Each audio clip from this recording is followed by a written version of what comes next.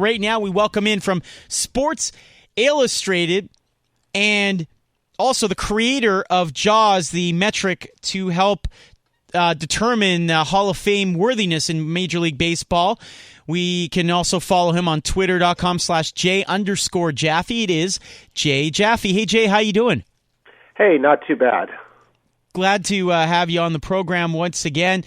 Wanted to get to a few things around Major League Baseball right now, Jay. We'll start with a game that we heard earlier here on our station, Blue Jays versus Red Sox. You know, it's amazing that the start that Boston had offensively, but certainly pitching has got to be concerned for them. Meanwhile, the Jays had some pretty good pitching all year round. The bats seem to be coming around. How do you see this American League East right now, and obviously Baltimore in the mix too? Seems to be pretty darn competitive.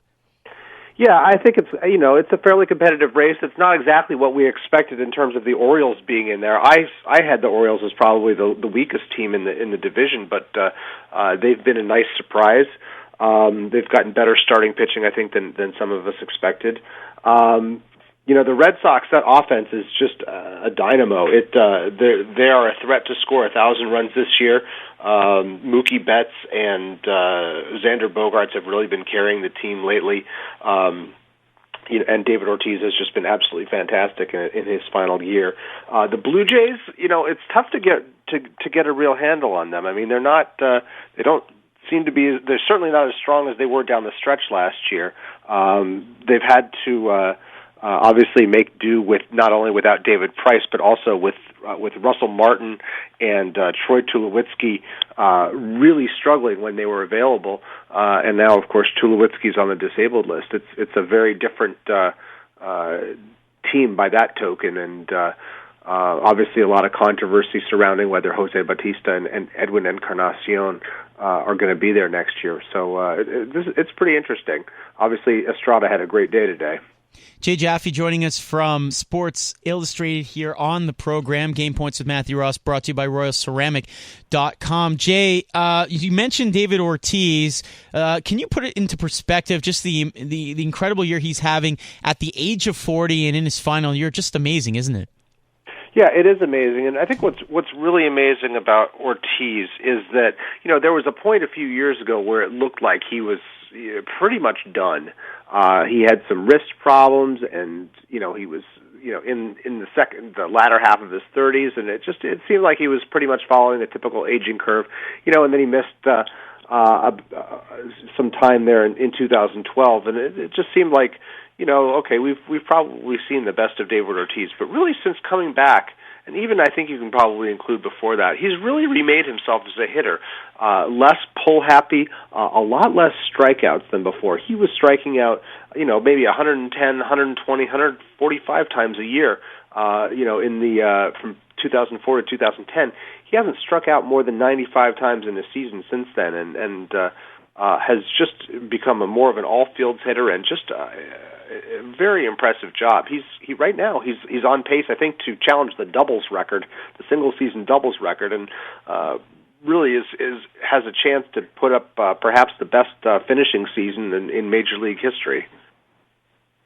Elsewhere in Major League Baseball, the Indians, surprising a lot of people right now. They've won 4 games in a row, and they've now vaulted the Kansas City Royals, who've lost 3 in a row, obviously. And this is a team in the Indians that I don't think a lot of people had right now ahead of Kansas City and maybe even ahead of Detroit, Chicago, etc. Where did you have them at the beginning of the year, and what's your take on them right now? I had them below the Royals. I figured the Royals were probably the strongest team in the division. I picked the Indians to win the AL pennant last year and got burned, so I'm less gung-ho about them this year, particularly with Michael Brantley's injury. We know they've got a very talented rotation, a lot of guys who can miss bats in there, and it hasn't quite materialized as expected. With Corey Kluber's got an ERA above 4. Carlos Carrasco has missed some time on the disabled list, but they've been this has been a pretty good team, and they've gotten by with mostly without Brantley, also without Abe Almonte and now Marlon Byrd, 2 guys suspended for performance-enhancing drug use, and they've got some holes in the lineup. Yan Gomes really hasn't hit well, but somehow they're getting it done, and it's impressive to see that they've come together through all the problems they've had.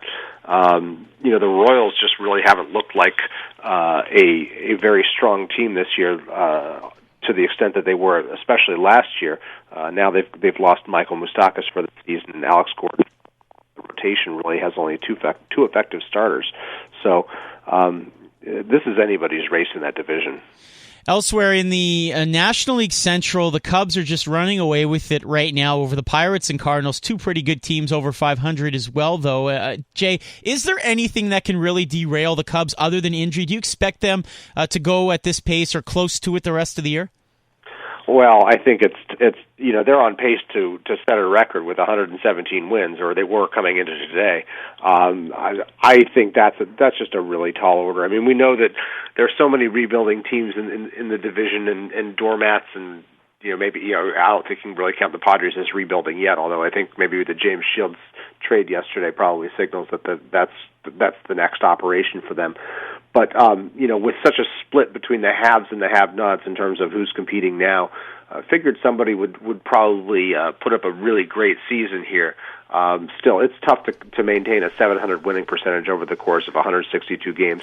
I expect they'll cool off. It's just natural. It's just there's just so little margin for error when you're trying to play at a record setting clip. Jay Jaffe of Sports Illustrated joining us here on Game Points with Matthew Ross, and Dave Trentadue. Dave?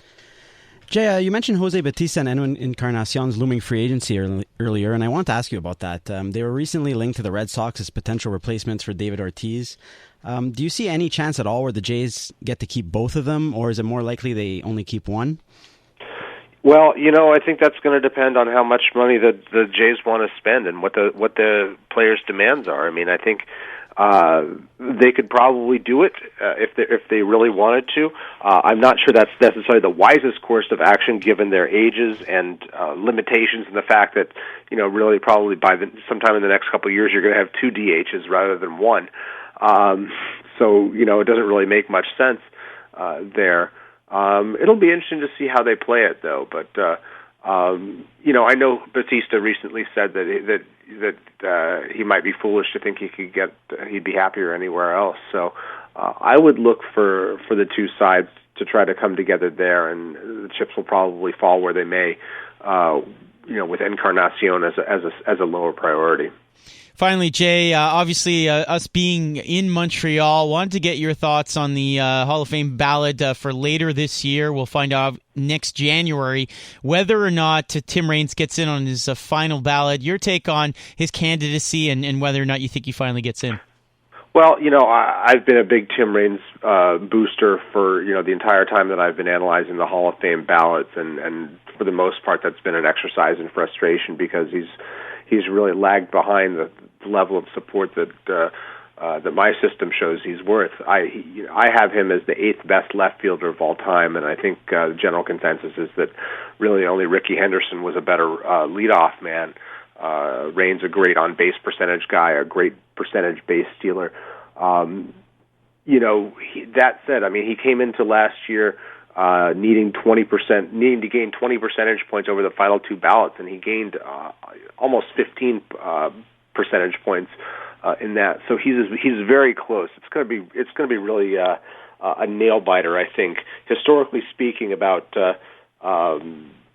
maybe about 85% of guys at this distance make it in the next year. But the big rule change a few years ago, truncating candidates' eligibility windows from 15 years to 10, really worked against him probably as much as it did any other candidate. So I do think, though, that by getting almost 70% last year, even if he doesn't get in this time around, I think that when his name does come up in a few years for what's called the Expansion Era Committee, he will be in very good shape there, although there are no givens. I do hope that he gets in this time around. I think he's waited too long already. Jay_Jaffe on Twitter, and of course, SportsIllustrated.com is the website. Jay, thank you so much for taking some time. Appreciate it. Sure thing, Matthew. Take care.